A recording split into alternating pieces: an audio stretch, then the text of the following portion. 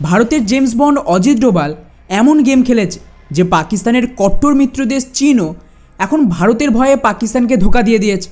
হ্যাঁ, একদম ঠিক শুনেছে। রিসেন্টলি পাকিস্তানের ভেতরে একটা গোপন মিটিং হয় পাকিস্তান আর্মি আর চাইনিজ অফিসিয়ালদের মধ্যে। আর এই মিটিংয়ে পাকিস্তানের তরফ থেকে চীনকে সরাসরি অফার দেয় যে পাকিস্তানের দখলে থাকা গোয়াদার পোর্ট, যেখানে চীন এই সিপেক প্রজেক্ট চালাচ্ছে, ওখানে ওরা কিন্তু ভারতের বিরুদ্ধে একটা পার্মানেন্ট নেভাল মিলিটারি বেস দিতে রাজি আছে চীনের সেনাবাহিনীর জন্য। অর্থাৎ সোজা ভাষায় চীন একদম ভারতের দোরগোড়ায় নিজেদের এয়ারক্রাফট ক্যারিয়ার, মিসাইল এবং যুদ্ধজাহাজ সমস্ত কিছু মোতায়েন করতে পারে। কিন্তু এখানে একটা শর্ত রয়েছে, চীনকে পাকিস্তানের এই নেভাল বেসের বদলে ওদেরকে নিউক্লিয়ার সাবমেরিনের টেকনোলজি দিতে হবে, যাতে পাকিস্তান এই সাবমেরিনকে কাজে লাগিয়ে ভারতের বিরুদ্ধে সেকেন্ড স্ট্রাইক করতে পারে। মানে সোজা ভাষায় এখন পাকিস্তানের কাছে কেবলমাত্র ব্যালিস্টিক মিসাইল আর ফাইটার জেটের মাধ্যমেই নিউক্লিয়ার হামলা করার ক্ষমতা রয়েছে।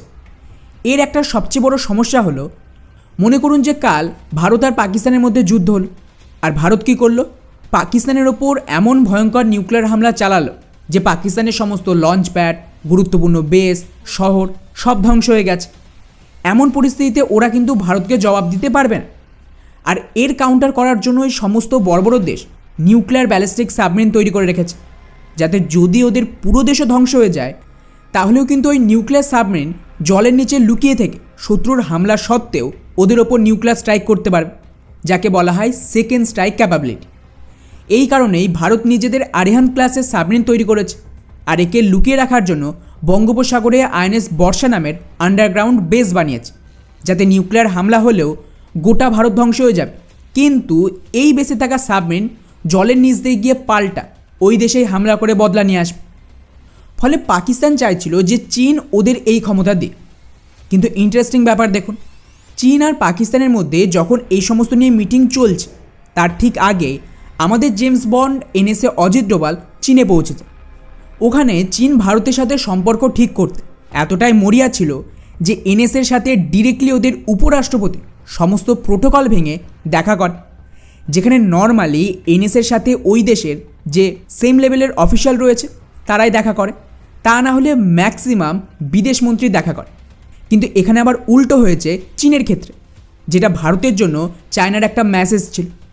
আর যেমনটা আমি শুরু থেকেই বলছি যে এখানে চীন আর ভারত পার্টনারশিপ করবে এবং চীন সরাসরি ভারতের বিরুদ্ধে কিছুতেই যাবে না।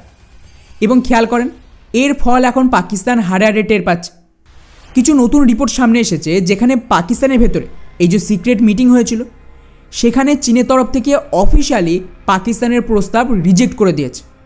মানে ওরা না গোয়াদারে মিলিটারি বেস বানাবে আর না পাকিস্তানকে নিজেদের নিউক্লিয়ার সাবমেরিন দেবে।